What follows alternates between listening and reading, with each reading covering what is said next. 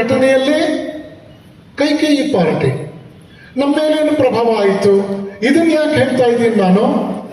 ಯಾವುದೇ ಸಂದರ್ಭದಲ್ಲಿ ನನ್ನ ಮನಸ್ಸು ಸರಿಯಾದದ್ದನ್ನು ಗೌರವಿಸುತ್ತಾ ಸತ್ಯವಾದ ಮಾರ್ಗವನ್ನೇ ಬದ್ಧತೆಯಿಂದ ಅನುಸರಿಸುತ್ತಾ ನಾನು 100 ಜನರ ನಡುವೆ ಒಬ್ಬ ಸಭ್ಯ ವ್ಯಕ್ತಿಯಾಗಿ ನಡ್ಕೊಳ್ಳೋದು ಎಷ್ಟು ನಿಜವೋ, 4 ಗೋಡೆಗಳ ನಡುವೆ ಇದ್ದಾಗಲೂ ಕೂಡ ನಾನು ಸಭ್ಯ ವ್ಯಕ್ತಿ ಅಂತ ನಡ್ಕೊಳ್ಳಬಲ್ಲನ.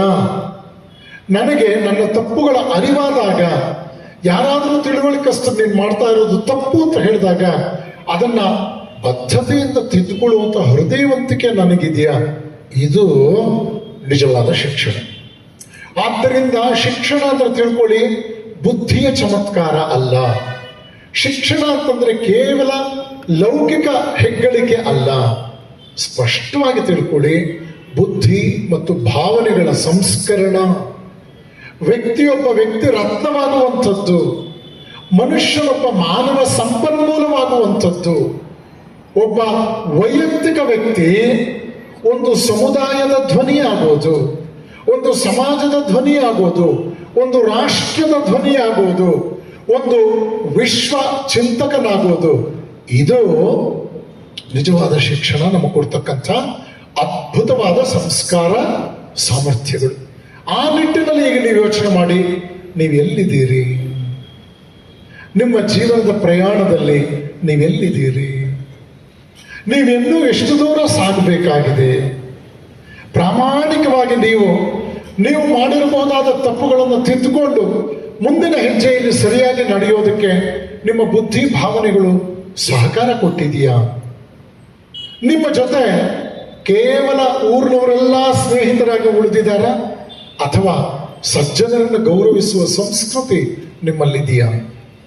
ಸಜ್ಜನರನ್ನು ಗೌರವಿಸುವಂತೆ ಅಸಹಾಯಕರನ್ನ, ಸಾಮಾನ್ಯರನ್ನ ಪ್ರೀತಿಯಿಂದ ಕಾಣ್ತಕ್ಕಂಥ ಒಂದು ಸ್ವಭಾವ ನಿಮ್ಮದಾಗಿದೆಯಾ? ನೋಡಿ, ಇದೆಲ್ಲ ಯೋಚನೆ ಮಾಡ್ಬೇಕು ನೀವು. ಇದೆಲ್ಲ ಯೋಚನೆ ಮಾಡಿದಾಗ ನಿಮ್ಮ ವ್ಯಕ್ತಿತ್ವದ ಹಲವಾರು ಆಯಾಮಗಳು ನಿಮಗೆ ಸಿಗುತ್ತೆ. ದಯವಿಟ್ಟು ಯೋಚನೆ ಮಾಡಿ ಮಕ್ಕಳೇ. ಈ ನಿಟ್ಟಿನಲ್ಲಿ ಶಿರಾ ತಾಲೂಕಿನಲ್ಲಿ 4 ವರ್ಷ 5 ವರ್ಷಕ್ಕೊಂದು ಬೆಳೆ ಆಗತ್ತೆ. ನಮ್ಮ ಹೆಣ್ಮಕ್ಳು ತುಂಬಾ ಚೆನ್ನಾಗಿ ಡ್ರೆಸ್ ಮಾಡ್ಕೊಂಡು ಬಂದಿದ್ದಾರೆ. ಇವತ್ತು ರೇಷ್ಮೆ ಸೀರೆಯಲ್ಲಿ ಉಟ್ಕೊಂಡು ಬಂದ್ಬಿಟ್ಟಿದ್ದಾರೆ ಕೆಲವರು. ನಾನು ಎಲ್ಲಿ ಅಡ್ರೆಸ್ ತಪ್ಪು ಯಾವುದೋ ಚೌಟ್ರಿಗೆ ಬಂದ್ಬಿಟ್ಟು ನಾವು ರಿಸೆಪ್ಷನ್ಗೆ ಅನ್ಕೊಂಡ್ಬಿಟ್ಟೆ 1 ನಿಮಿಷ. ಆಮೇಲೆ ನೋಡಿದ್ ಎಲ್ಲ ಸಿಕ್ಕಬೇಕದ ಲಿಪ್ಸ್ಟಿಕ್ಗಳೆಲ್ಲ ವ್ಯಾಯಾಮ ಬಂದ್ಬಿಟ್ಟಿದ್ದಾರೆ ಎಲ್ಲ ಸೇರಿ. ಆದರೆ ನನಗೆ ಒಂದು ಪ್ರಶ್ನೆ ಏನು ಅಂದ್ರೆ, ಈಗ ನೋಡಿ, ನಿಮ್ಮನ್ನು ಇವತ್ತು ತಯಾರು ಮಾಡಿ ನಿಮ್ಮ ತಾಯಂದ್ರು ಕಳಿಸಿದಾರಲ್ಲ, ದೇವರಾಣಿ ವರ್ಷದಲ್ಲಿ 4 ದಿವಸನೂ ಕೂಡ ನಿಮ್ಮ ತಾಯಿ ನಿಮ್ಮ ಹಳ್ಳಿ ಮನೆಯಲ್ಲಿ ಇಷ್ಟರ ಮಟ್ಟಿಗೆ ಅಲಂಕಾರ ಮಾಡಿಕೊಂಡು ಪೂಜೆ, ಗೃಹ ಪ್ರವೇಶ, ಮದುವೆಗಳಲ್ಲಿ ಭಾಗವಹಿಸೋದಕ್ಕೆ ಇವತ್ತಿಗೂ ಕೂಡ ನಮ್ಮ ತಾಯಂದರಿಗೆ ಅವಕಾಶ ಇಲ್ಲ. ಆದ್ರೆ ಅವ್ರಿಗೆ ಆಸೆ ಇದೆ, ನನ್ನ ಮಗಳು ಇವತ್ತು ಹೀಗೆ ಹೋಗ್ಲಿ ಅಂತ. ಅರ್ಥ ಆಯ್ತಾ ನಿಮಗೆ? ಈಗ ನೀವು ಯೋಚನೆ ಮಾಡಿ, ನಿಮ್ಮ ತಾಯಿಯ ಪ್ರೀತಿ ಪರಿಶ್ರಮದಲ್ಲಿ ಇವತ್ತು ನೀವು ಹೀಗೆ ಬಂದಿದ್ದೀರ ಹೊರತು ನಿಮ್ಮ ಯಾವ ಪರಿಶ್ರಮ ಪಾಪ ಗಟ್ಟಿಯಾಗಿ ಸೀರೆ ಕಟ್ಕೊಂಡ್ ಬಂದಿರ್ಬೋದು, ಹುಷಾರಮ್ಮ ಅಂತ ಹೇಳಿ ಕಳಿಸಿರ್ತಾರೆ, ಹೆಜ್ಜೆ ಹಾಕ್ಬೇಕಾದ್ರೆ ಹುಷಾರು ಅಂತ ಹೇಳಿರ್ತಾರೆ, ಕಾರ್ಯಕ್ರಮ ಚೆನ್ನಾಗಾಗ್ಲಿ ಅಂತ ಆಶೀರ್ವಾದ ಮಾಡಿರ್ತಾರೆ. ಮತ್ತು ನೀವು ನಾಜೂಕಾಗಿ ಒಂದು ಒಳ್ಳೆ ರೀತಿಯಲ್ಲಿ ನಡ್ಕೊಂಡು ಬರಬೇಕು ಅನ್ನೋ ಆಶಾದಾಯಕ ಭಾವನೆ ಅವ್ರದ್ದಾಗಿರುತ್ತೆ. ಇದು ಬಿಟ್ರೆ ನಿಮ್ಮಮ್ಮ ವರ್ಷದಲ್ಲಿ 4 ದಿವಸ ಇವತ್ತು ನೀವು ಕಾಣ್ತಾ ಇದ್ದೀರಲ್ಲ ಮಕ್ಕಳೇ, ಹಳ್ಳಿಯ ಹೆಣ್ಮಕ್ಳು, ನಮ್ಮ ಮಕ್ಕಳು, ಹೀಗೆ ನಿಮ್ಮ ತಾಯಿ ಸಾರ್ವಜನಿಕ ಸಭೆಗಳಲ್ಲಿ, ಸಮಾರಂಭಗಳಲ್ಲಿ ಪಾಪ ಭಾಗವಹಿಸಕ್ಕಾಗೋದಿಲ್ಲ. ಇದನ್ನೇ ನಾನು ಯಾಕೆ ಕೋಟ್ ಮಾಡಿ ಹೇಳ್ತಾ ಇದ್ದೀನಿ? ಯಾವುದು ತನಗಿಲ್ಲವೋ ಅದನ್ನು ಕಷ್ಟಪಟ್ಟು ತನ್ನ ಮಗುವಿಗೆ ಅಮ್ಮ ಕೊಡ್ತಾ ಇದ್ದಾಳಲ್ಲ, ಆ ತಾಯಿಯ ಸೇವೆ, ಅವಳ ಪರಿಶ್ರಮನ ಯಾವತ್ತಿಗೂ ನೀವು ಮರೆಯಬಾರದು. ನಿಮ್ಮ ಜೀವನದಲ್ಲಿ ಬಹಳ ಕಠಿಣವಾದ ನಿರ್ಧಾರಗಳನ್ನು ತೆಗೆದುಕೋಬೇಕಾದ್ರೆ, ನಿಮ್ಮ ಬದುಕಿಗೆ ಅತ್ಯವಶ್ಯಕವಾದಂಥ ನಿರ್ಧಾರಗಳನ್ನು ತೆಗೆದುಕೋಬೇಕಾದ್ರೆ, ನೀವು ನಿಮ್ಮ ಪಾಲಿಗೆ ತಾಯಿ ತಂದೆ ಬದುಕಿದ್ದಾರೆ, ನಮಗೆ ಮಾರ್ಗದರ್ಶನ ಕೊಡುವಂಥ ಹಿರಿಯರು ಬದುಕಿದ್ದಾರೆ, ಗುರುಗಳು ಬದುಕಿದ್ದಾರೆ, ನಮ್ಮ ಜೀವನದಲ್ಲಿ ಒಳ್ಳೆಯ ದಾರಿಯಲ್ಲಿ ನಡ್ಕೊಂಡು ಹೋಗಿ ನಮ್ಮೂರಿಗೆ ಮಾದರಿಯಾದವರು ಬದುಕಿದ್ದಾರೆ. ಅವರ ಮಾರ್ಗದರ್ಶನದಲ್ಲೂ ಕೂಡ ನಾನು ನಡೀಬೇಕು ಅಂತಕ್ಕಂಥ ಒಂದು ವಿಶೇಷವಾದ ಮನೋಸ್ಥಿತಿಯಲ್ಲಿ ನೀವು ಇಲ್ಲದೆ ಇದ್ರೆ ನೀವು ಉಪಕಾರಕ್ಕೆ ಪ್ರತ್ಯುಪಕಾರ ಮಾಡದಂತೆ ಆಗತ್ತೆ. ಅದು ಭಗವಂತನೂ ಕೂಡ ಎಂದು ಮೆಚ್ಚದಂತಹ ನಡವಳಿಕೆ ಆಗುತ್ತೆ. ಶಿಕ್ಷಣ ನಮ್ಮಲ್ಲಿ ವಿಧೇಯತೆಯನ್ನ ತರಬೇಕು. ವೈಯಕ್ತಿಕವಾಗಿ ಪ್ರಾಮಾಣಿಕ ನಡೆನುಡಿಗೆ ನಾವು ಸಂಕಲ್ಪಿಸಿ ಬದ್ಧರಾಗಬೇಕು, ಕಾರ್ಯಪ್ರವೃತ್ತರಾಗಬೇಕು. ನಮ್ಮ ಹಿರಿಯರಿಗೆ ವಿಧೇಯತೆಯನ್ನು ತರಬೇಕು. ಒಳ್ಳೆಯದನ್ನು ಗುರುತಿಸುವಂತಹ ಮನೋಸ್ಥಿತಿ ನಮ್ಮಲ್ಲಿ ಬರಬೇಕು. ಇದರ ಜೊತೆಗೆ ಕಷ್ಟಪಟ್ಟು ನಮ್ಮ ಬೆನ್ನು ತಟ್ತಾ ಇದ್ದಾರಲ್ಲ ತಂದೆ ತಾಯಿ ಗುರು ಹಿರಿಯರು, ಅವರ ನಿರೀಕ್ಷೆಯನ್ನ ಹುಸಿಗೊಳಿಸದಂತೆ ನಮ್ಮ ಕರ್ತವ್ಯಗಳನ್ನು ಪ್ರಾಮಾಣಿಕವಾಗಿ ನಿರ್ವಹಿಸಬೇಕು. ನೋಡಿ, ಈಗಾಗಲೇ ನೀವು 16 ವರ್ಷ ದಾಟಿದವರು, 17-18 ವರ್ಷದ ಮಕ್ಕಳು ನೀವು. ಇನ್ನು ಮುಂದಿನ ಎಲೆಕ್ಷನ್ ವೋಟ್ ಹಾಕೋ ಮಕ್ಕಳು ನೀವೆಲ್ಲ ನೋಡಿ. ಇಲ್ಲಿ 1000 ವೋಟ್ ಇದೆ ಮುಂದಿನ ಎಲೆಕ್ಷನ್ನಲ್ಲಿ. ಎಂಥ ಜವಾಬ್ದಾರಿ ಗೊತ್ತಾ ಅದು? ಪೌರತ್ವ ಅನ್ನೋದು ಎಷ್ಟು ದೊಡ್ಡ ಜವಾಬ್ದಾರಿ ಗೊತ್ತಾ? ಈ ದೇಶ ನನ್ನದು ಅಂತ ಆತ್ಮಸಾಕ್ಷಿಯಾಗಿ ಒಪ್ಕೊಂಡ ಮೇಲೆ ಎಲ್ಲೂ ಕೂಡ ನೀವು ಬೇಜವಾಬ್ದಾರಿ ತರ ನಡ್ಕೋಬಾರದು. ಪೌರತ್ವ ಅಂತಂದ್ರೆ ಬಹಳ ದೊಡ್ಡ ಜವಾಬ್ದಾರಿ. ದುರದೃಷ್ಟವಶಾತ್ ಈ ಪ್ರಜಾಪ್ರಭುತ್ವ ವ್ಯವಸ್ಥೆಯಲ್ಲಿ ಯಾರು ಬೇಕಾದರೂ ಸಮಾಜವನ್ನು ಆಳಬಹುದು ಅಂತಕ್ಕಂಥ ವಿಚಿತ್ರವಾದ ವಿಕೃತವಾದ ಒಂದು ನಡವಳಿಕೆ ಇವತ್ತಿಗೂ ನಡ್ಕೊಂಡು ಹೋಗ್ತಾ ಇದೆ. ವಿದ್ಯಾವಂತನಲ್ಲದೇ ಇರುವವನು ಕೂಡ ರಾಷ್ಟ್ರದ ಪ್ರತಿನಿಧಿಯಾಗಿ 100 ಕೋಟಿ ಜನರನ್ನ ಆಳ್ತಾನವನು. ಅವನು ಏನೂ ಗೊತ್ತಿರೋದಿಲ್ಲ. ಅವನಿಗೆ ಸಂಸ್ಕೃತಿಯ ವಿಷಯ ಗೊತ್ತಿರಲ್ಲ, ಇತಿಹಾಸದ ವಿಷಯ ಗೊತ್ತಿರಲ್ಲ, ಇದೇನೂ ಗೊತ್ತಿರೋದಿಲ್ಲ. ಆದರೂ ಅವನು ಪ್ರಜಾಪ್ರಭುತ್ವದಲ್ಲಿ ವ್ಯವಸ್ಥೆಯ ಯಜಮಾನ ಆಗೋಗ್ಬಿಟ್ಟಿರ್ತಾನೆ. ಇದನ್ನ ನೋಡಿ, ಗಮನಿಸು. ಆ ಕಡೆ ನೋಡೋರಲ್ಲ ಅಲ್ಲಿ ಹೊರಟೋಗ್ಬಿಡಿ, ಅಲ್ಲಿಗೆ ಹೋಗ್ಬಿಡಿ, ನೀವೆಲ್ಲ ಅಲ್ಲಿಗೆ ಹೋಗ್ಬಿಡಿ ಅಂತ ತೊಂದರೆ ಇಲ್ಲ. ಈ ಕಡೆ ನೋಡೋರು ಮಾತ್ರ ಇಲ್ಲಿ ಕೂತ್ಕೋಬೇಕು. ಆ ಕಡೆ ನೋಡೋರ್ಲ ಫಸ್ಟ್ ಖಾಲಿ ಮಾಡ್ಬೋದು ನೀವೆಲ್ಲ. ಸೊ ಹೀಗಾಗಿ ಆದ್ದರಿಂದ ಈ ನಡವಳಿಕೆ, ಈ ಜವಾಬ್ದಾರಿ ಇದು ಬಹಳ ದೊಡ್ಡ ವಿಷಯ. ಜವಾಬ್ದಾರಿ ಯಾರಿಗೆ ಅರಿವಾಗುತ್ತೆ? ಎಚ್ಚರಿಕೆಯಿಂದ ಬದುಕನ್ನು ರೂಪಿಸಿಕೊಳ್ಳುವವರಿಗೆ ಅಣುವಿನಲ್ಲಿಯೂ ಕೂಡ ಪರ್ವತದಷ್ಟು ಒಳ್ಳೇದು ಕಾಣುತ್ತೆ. ಎಚ್ಚರಿಕೆಯಿಂದ ಬದುಕಬೇಕು. ಏನೋ ಹೇಳ್ತಾ ಇದ್ದಾರೆ ಗುರುಗಳನ್ನು ಕೇಳಬೇಕು ನಾನು, ನಮಗೋಸ್ಕರ ಹೇಳ್ತಾ ಇದ್ದಾರೆ ಅನ್ನೋ ವಿವೇಚನೆ ನಿಮ್ಮಲ್ಲಿ ಇಲ್ಲದೆ ಇದ್ರೆ ಏನು ವ್ಯತ್ಯಾಸ ಇಲ್ಲ. ಪಾಸ್ ಮಾಡ್ತೀವಿ, ಪರೀಕ್ಷೆ ಪಾಸ್ ಮಾಡೋದಕ್ಕೆ ಏನು ತೊಂದರೆ ಇಲ್ಲ. ನೀವು ಕಡಿಮೆ ಪರ್ಸೆಂಟೇಜ್ ಬಂದಿದ್ರು ಕೂಡ ವಿಧಾನಸೌಧದವ್ರು ನೀವು ಪರ್ಸೆಂಟೇಜ್ ಕೊಟ್ಟು ನಿಮ್ಮನ್ನು ಮುಂದಕ್ಕೆ ತಳ್ತಾರೆ, ಏನೂ ವರಿ ಮಾಡಬೇಕಾದಿಲ್ಲ. ಆದರೆ ನೀವೆಲ್ಲರೂ ರಾಷ್ಟ್ರ ನಿರ್ಮಾಣದಲ್ಲಿ ಹೆಸರು ಮಾಡೋ ನೈತಿಕತೆ ಸಂಪಾದಿಸಿದಂತೆ ಆಗಲ್ಲ. ರಾಷ್ಟ್ರ ನಿರ್ಮಾಣ ಅಂತಕ್ಕಂಥದ್ದು ಕಾಂಪೌಂಡ್ಗಳನ್ನು ಕಟ್ಟೋದು, ಕಟ್ಟಡಗಳನ್ನು ಕಟ್ಟೋದಲ್ಲ. ರಾಷ್ಟ್ರ ನಿರ್ಮಾಣ ಅಂದ್ರೆ ನಾನು ಹಳ್ಳಿಯಲ್ಲಿದ್ದೆ, ಬಡತನದಲ್ಲಿದ್ದೆ, ಪ್ಯಾಂಟೇ ಹಾಕೊಳ್ಳೋಕೆ ಆಗ್ತಾ ಇರಲಿಲ್ಲ, ಇವತ್ತು ನಾನು ಪ್ಯಾಂಟ್ ಹಾಕೊಳ್ಳೋ ಶಕ್ತಿ ಬಂದಿದೆ, ನಾನು ರಾಷ್ಟ್ರ ನಿರ್ಮಾಣದಲ್ಲಿ ಚಡ್ಡಿ ಹಾಕೊಂಡಿದ್ದವನು ಇವತ್ತು ಪ್ಯಾಂಟ್ ಹಾಕೊಂಡಿದ್ದೀನಿ ಅಂದ್ರೆ ಅದು ರಾಷ್ಟ್ರ ನಿರ್ಮಾಣ ಅಲ್ಲ, ಅದಲ್ಲ. ಯಾಕೆಂತಂದ್ರೆ ಈ ಪ್ರಪಂಚದಲ್ಲಿ, ಈ ದೇಶದಲ್ಲಿ ಅವನು ಪಾಪ ಚಡ್ಡಿ ಹಾಕೊಂಡು ಕೆಸರಿನಲ್ಲಿ ಕೆಲಸ ಮಾಡಿಕೊಂಡು 365 ದಿವಸ ಒಪ್ಪತ್ತು ಉಂಡ ರೈತ ಇಡೀ ದೇಶದ ಅನ್ನದ ಅವಶ್ಯಕತೆಯನ್ನು ಪೂರೈಸ್ತಾನವನು. ನಮ್ಮ ರೈತ ಯಾವ BSc ಡೈರಿ ಸೈನ್ಸಸ್ ಓದಿಲ್ಲ, ಆದರೆ ಅವನು ಗೋಸೇವೆ ಮಾಡ್ತಾನೆ, ತೊಪ್ಪೆ ತಟ್ತಾನೆ, ಗಂಜಲ ಮುಟ್ತಾನೆ, ಕೊಟ್ಟಿಗೆ ಸಾರಿಸ್ತಾನೆ, ದನಗಳನ್ನು ತೊಳಿತಾನೆ, ಕೆಸರಿನಲ್ಲಿ ಹೆಜ್ಜೆ ಇಟ್ಕೊಂಡಿರ್ತಾನೆ. ಆದರೆ ಅವನು ಅಮೃತೋಪಮವಾದ ಹಾಲು ನಮ್ಮ ಮನೆ ಬಾಗಿಲಿಗೆ ಕೊಡ್ತಾನೆ. ಇದನ್ನ ನಾನು ಬಹಳ ವಿಶೇಷವಾಗಿ ನಿಮ್ಮ ಗಮನಕ್ಕೆ ತಂದದ್ದು. ಕಸದಿಂದ ರಸ ಕೊಡ್ತಾನವನು. ಇದು ವ್ಯಕ್ತಿತ್ವದ ಒಂದು ಅದ್ಭುತವಾದ ಆಯಾಮ. ಈ ಆಯಾಮ ನಮ್ಗೆ ಎಷ್ಟು ಅರ್ಥ ಆಗುತ್ತೆ, ಈ ದಿಕ್ಕಿನಲ್ಲಿ ನಾವು ಎಷ್ಟು ಕೆಲಸ ಮಾಡಬಹುದು, ಇದನ್ನ ವ್ಯಕ್ತಿತ್ವ ನಿರ್ಮಾಣದಲ್ಲಿ ವಿವೇಕಾನಂದರು ಬಹಳ ಚೆನ್ನಾಗಿ ಈ ವಿಚಾರಗಳನ್ನು ನಮಗೆ ಪರಿಚಯ ಮಾಡಿಕೊಡ್ತಾರೆ. ಹಾಗಾಗಿ ದಯವಿಟ್ಟು ಇದನ್ನ ಸ್ಪಷ್ಟವಾಗಿ ನೆನಪಿನಲ್ಲಿ ಇಟ್ಕೊಳ್ಬೇಕು. ಯಾವುದೇ ಕಾರಣಕ್ಕೂ ನಿಮ್ಮ ವ್ಯಕ್ತಿತ್ವಕ್ಕಿಂತಲೂ ದೊಡ್ಡ ಮಾನವ ಸಂಪನ್ಮೂಲ ಅಂಶ ಇನ್ನೊಂದಿಲ್ಲ.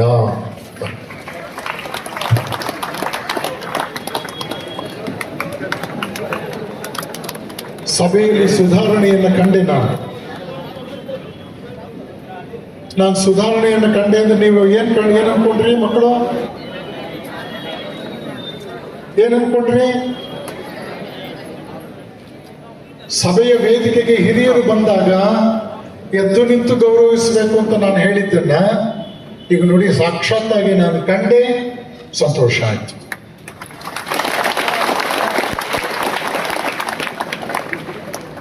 ನಾನು ಮೊದಲು ಬಂದ್ರು ನೀವು ನಿಂತ್ಕೊಂಡಿರ್ಲಿಲ್ಲ, ಹಾಗಂತ ಲೇಟಾಗಿ DDPI ಬಂದ್ರು ಅಂತ ಮುಂದಿನ ದಿನಗಳಲ್ಲಿ ಲೇಟಾಗಿ ಬಂದವರು ಮಾತ್ರ ನಿಂತ್ಕೋಬಾರ್ದು. ಹುಷಾರು. ನಿಮ್ಗೆ ಒಂದು ವಾಕ್ಯ ಹೇಳಿದ್ರೆ ಇನ್ನೊಂದು ಅರ್ಥ ಮಾಡ್ಕೊಂಡ್ಬಿಡ್ತೀರಿ ನೀವು. ವೇದಿಕೆಯ ಮೇಲೆ ಯಾರ್ಯಾರು ಹಿರಿಯರನ್ನು ನೀವು ಕರೀತೀರೋ ಕೂತ್ಕೊಳ್ಳಿ, ಬನ್ನಿ. ಯಾರೇ ಹಿರಿಯರು ವೇದಿಕೆಯ ಮೇಲೆ ನಿಮ್ಮ ಅತಿಥಿಗಳಾಗಿ ಬಂದಾಗ ಎದ್ದು ನಿಂತು ಗಂಭೀರವಾಗಿ ನೀವು ಗೌರವ ಸೂಚಿಸುವಂಥದ್ದು ನಿಮ್ಮ ಗೌರವವನ್ನು ಹೆಚ್ಚಿಸುತ್ತದೆ. ಅರ್ಥ ಆಗ್ತಿದ್ಯಾ? ಈಗ ಗಹನವಾದ ವಿಷಯ ನಿಮ್ಮ ಮುಂದೆ ಹೇಳ್ತಾ ಇದ್ದೆ, ಅದನ್ನೊಂಚೂರು ಮುಂದುವರಿಸಿ ನನ್ನ ಮಾತನ್ನ ಒಂದು ಒಂದು ಸಾಂಕೇತಿಕವಾದ ಅಂಶಕ್ಕೆ ತರ್ತೇನೆ. ಯಾರೋ ಮಾತಾಡ್ತಾ ಇದ್ದಾರೆ ಮಧ್ಯದಲ್ಲಿ, ಇಲ್ಲಿ ಯಾರೋ ಮಾತಾಡ್ತಾ ಇದ್ದಾರೆ. ಹೇಗೆ ಮಾತಾಡ್ತಾ ಇರೋದು? ಸೊ ಹೀಗಾಗಿ ಗಮನಿಸಿ, ದಯವಿಟ್ಟು ಗಮನಿಸಿ. ಶಿಕ್ಷಣ ಅಂದ್ರೆ ಅದು ವ್ಯಕ್ತಿತ್ವ ನಿರ್ಮಾಣ. ವ್ಯಕ್ತಿತ್ವ ನಿರ್ಮಾಣದ ಮೂಲಕವೇ ಚಾರಿತ್ರ್ಯ ನಿರ್ಮಾಣ. ಚಾರಿತ್ರ್ಯ ನಿರ್ಮಾಣದಿಂದ ಅಷ್ಟೇ ರಾಷ್ಟ್ರ ನಿರ್ಮಾಣ. ಅರ್ಥ ಆಗ್ತಾ ಇದೆಯಾ? ದಯವಿಟ್ಟು ಯೋಚನೆ ಮಾಡಿ. ಶಿಕ್ಷಣ ಅಂದ್ರೆ ಕೇವಲ ಪರೀಕ್ಷೆ ಪಾಸ್ ಮಾಡೋದಲ್ಲ. ಮೊನ್ನೆ SSLC ರಿಸಲ್ಟ್ಸ್ ನೋಡಿ, ಬೇಕಾಬಿಟ್ಟು ಹೇಗೆ ಬಂತು. ಮೊದಲು ಬಹಳ ಒಳ್ಳೆ ರಿಸಲ್ಟ್ ಬಂದಿತ್ತು, ಅದು ಒರಿಜಿನಲ್ ರಿಸಲ್ಟ್.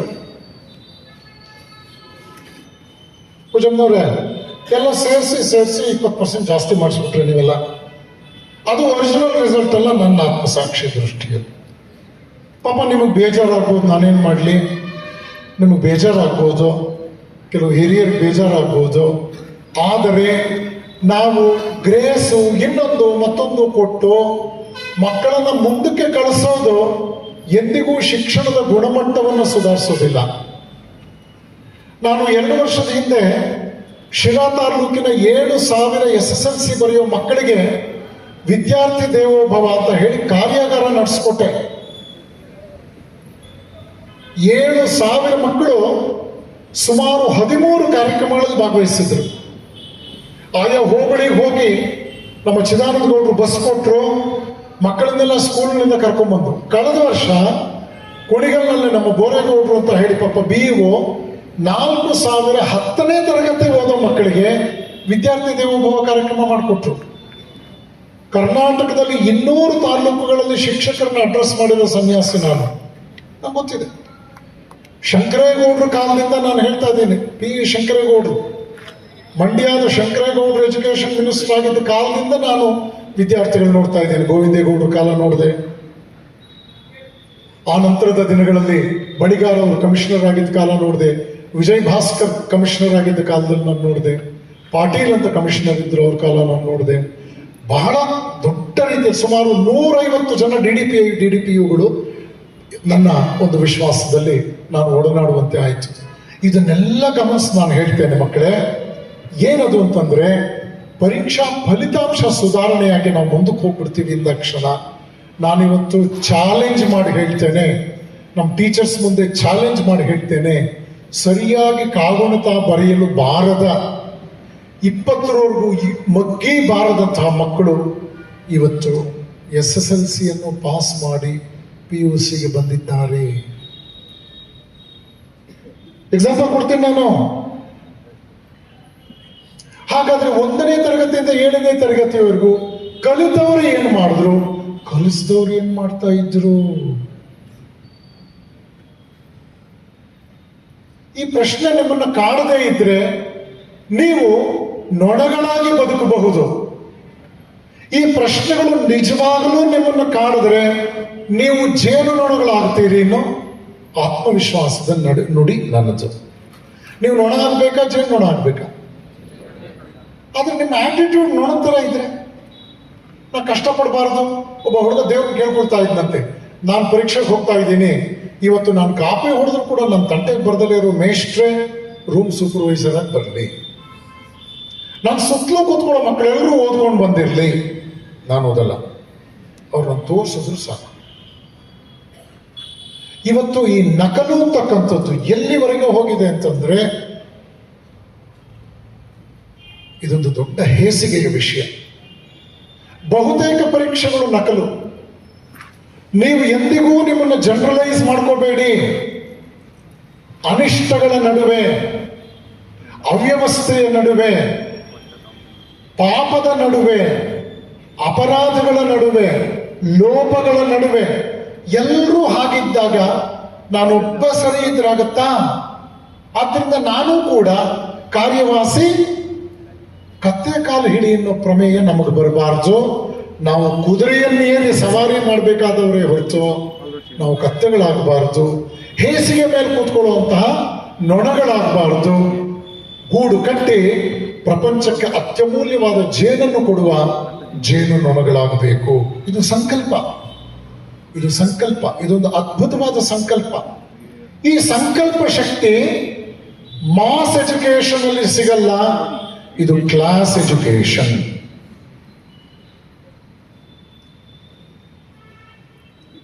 ದಯವಿಟ್ಟು ಇದನ್ನು ಅರ್ಥ ಮಾಡ್ಕೊಳ್ಳಿ. 1953ನೇ ಇಸ್ವಿನಲ್ಲಿ ಭಾರತಕ್ಕೆ ಭೇಟಿ ನೀಡಿದ್ದಂತಹ ಶ್ರೀಮತಿ ಇಲಿಯನಾರ್ ಹೇಳಿ, ಅವಳು ಅಮೆರಿಕದ ಅಧ್ಯಕ್ಷನ ಹೆಂಡತಿ. ಅವಳು ವಿಶ್ವಸಂಸ್ಥೆಯಲ್ಲಿ ಮಾನವ ಹಕ್ಕುಗಳ ಮತ್ತು ಸ್ತ್ರೀಯರ ಸಬಲೀಕರಣ ಸಮಿತಿಯ ಅಧ್ಯಕ್ಷೆ. ಅವಳು ಹೇಳ್ತಾಳೆ, 1953ನೇ ಇಸ್ವಿ ಘಟನೆ ಇದು. ನಾನು ಭಾರತಕ್ಕೆ ಬಂದು ಭಾರತವನ್ನೆಲ್ಲ ಅಧ್ಯಯನ ಮಾಡಿದೆ, ಭಾರತವನ್ನೆಲ್ಲ ಸುತ್ತಾಡಿ 6 ತಿಂಗಳು ಹೋಗಿ ಬಂದೆ. ಇದರಿಂದ ನನ್ನ ಅನುಭವವನ್ನು ದಾಖಲೆ ಮಾಡ್ತೀನಿ. ನಂಬರ್ 1, ಬ್ರಿಟಿಷರು ಭಾರತಕ್ಕೆ ಬಂದ ಮೇಲೆ ಭಾರತದಲ್ಲಿ ನಿಜವಾದ ಕಲಿಕೆಯ ಮಟ್ಟ ಕಡಿಮೆ ಆಯಿತು. ನಾನು ಇದನ್ನ ಕೆನಡಾ ಪಾರ್ಲಿಮೆಂಟ್ ಅಲ್ಲಿ ಮೊನ್ನೆ ಮಾತಾಡ್ತಾ ಹೇಳಿದ್ದೀನಿ. ಇಲಿಯನಾರ್ ಹೇಳಿರೋ ಮಾತಿದು. ವಿಶ್ವಸಂಸ್ಥೆಯ ಮಹಿಳಾ ಸಬಲೀಕರಣ ಸಮಿತಿಯ ಮುಖ್ಯಸ್ಥೆ.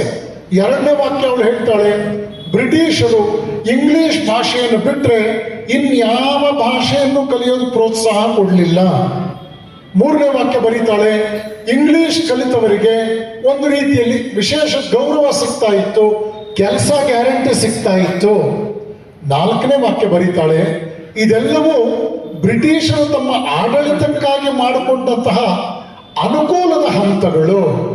5ನೇ ವಾಕ್ಯ ಅವಳು ಹೇಳ್ತಾಳೆ, ಬ್ರಿಟಿಷರ ಆಳ್ವಿಕೆ ಬಂದ ಮೇಲೆ ಭಾರತದ ರೂಢ ಮೂಲವಾಗಿದ್ದ 100 ಭಾಷೆಗಳು ಸಕಾಲಿಕ ಪ್ರೋತ್ಸಾಹ ದೊರೆಯದೆ ಕಾಲಗರ್ಭದಲ್ಲಿ ಕಣ್ಮರೆಯಾದವು. ವೀರೇಶಾನಂದರು ಹೇಳ್ತಾ ಇರೋದಲ್ಲ ಇದನ್ನ.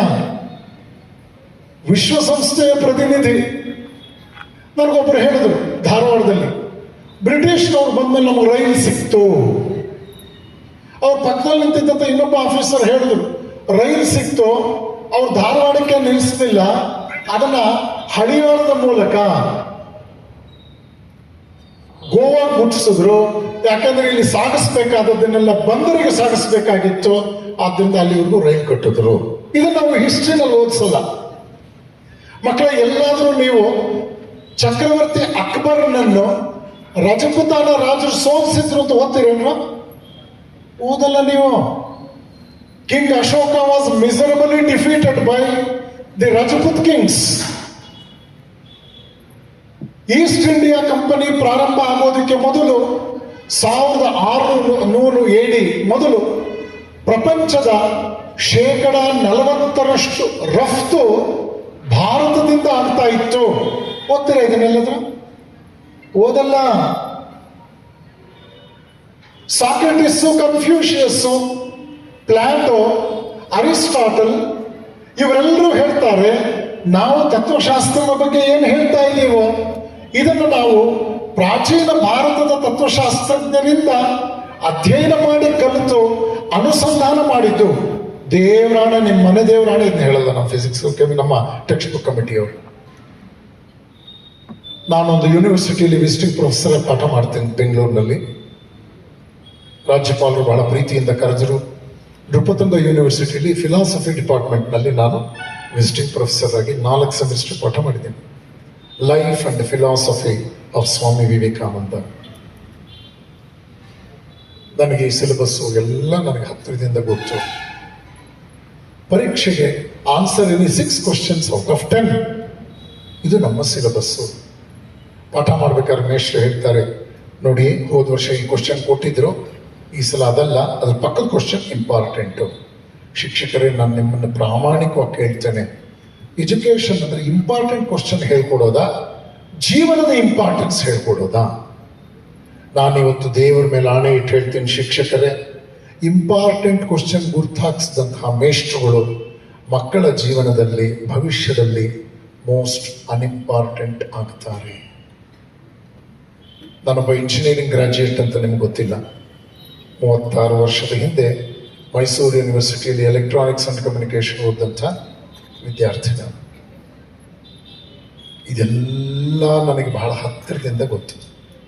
ಹಾಗಾಗಿ ಶಿಕ್ಷಕರಲ್ಲಿ ನಾನು ವಿನಂತಿ ಮಾಡಿಕೊಳ್ತೇನೆ, ಇವತ್ತು ಸಾಕಷ್ಟು ಶಿಕ್ಷಕರು ಒಂದು ರೀತಿಯಲ್ಲಿ ಸಮಾಜವನ್ನು ಎಷ್ಟು ಮಟ್ಟಿಗೆ ಅವರು ಕಾಪಾಡಬಲ್ಲರು ಅನ್ನೋದು ಯಕ್ಷ ಪ್ರಶ್ನೆಯಾಗಿಸಿದ್ದಾರೆ.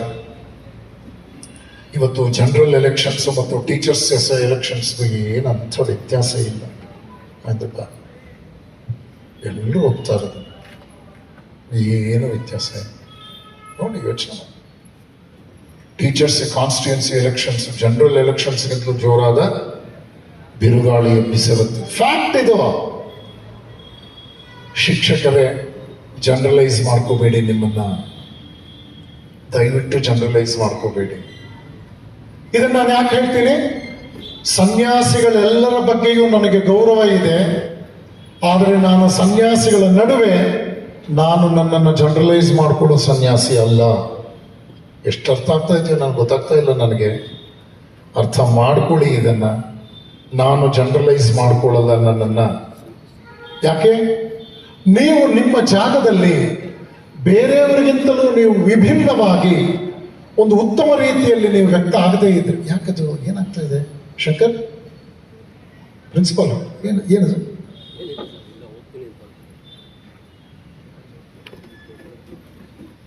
ಹಾಗಾಗಿ ಡಿಸ್ಟರ್ಬೆನ್ಸ್ ಆಗ್ತಿದೆಯಲ್ಲ, ನಂಗೆ ತೊಂದರೆ ಆಗ್ತಾ ಇದೆ, ನಿಮ್ಮಿಂದ ತೊಂದರೆ ಆಗ್ತಾ ಇದೆ. ನನ್ನ ಮಾತು ಸಾಕೊಂಡ ನಿಲ್ಲಿಸ್ಬಿಡ್ತೀನಿ, ನಾನು ಹೊರಟ್ಬಿಡ್ತೀನಿ, ಮುಂದಿನ ಕಾರ್ಯಕ್ರಮಕ್ಕೆ ಹೋಗ್ಬಿಟ್ಟು. ತೊಂದರೆ ಆಗಬಾರ್ದು. ಅದೇನಾದ್ರು ಪ್ರಾಬ್ಲಮ್ ಇದ್ರೆ ಹೇಳಿ, ಬೇಕಾ ಸಾಲ್ವ್ ಮಾಡ್ಕೊಳ್ಳಿ. ಏನೋ ಪ್ರಾಬ್ಲಮ್ ಇದೆಯಾ? ಮತ್ತೆ ಸುಮ್ಮನೆ ಈ ಮಕ್ಕಳು ಯಾಕೆ ನಿಂತಿದ್ದಾರೆ ಮಧ್ಯದಲ್ಲಿ? ಮಕ್ಕಳು ನೋಡ್ಕೊಳಕ್ಕ ಲೀಡರ್ಸ್ ಏನ್ರು? ಬನ್ನಿ ಮುಂದೆ ಕೂತ್ಕೊಳ್ಳಿ. ನೀವು ಬೇಗ ನನ್ನ ಮಾತು ಕೇಳ್ಬೇಕು. ನೀವು ಪ್ರಿನ್ಸಿಪಾಲ್ ನನ್ನ ಮಾತು ಕೇಳ್ತಾರೆ, ನೀವು ಕೇಳಲಿಲ್ಲ ಅಂದ್ರೆ ಏನ್ರು? ಕೂತ್ಕೊಳ್ಳಿ, ಬನ್ನಿ.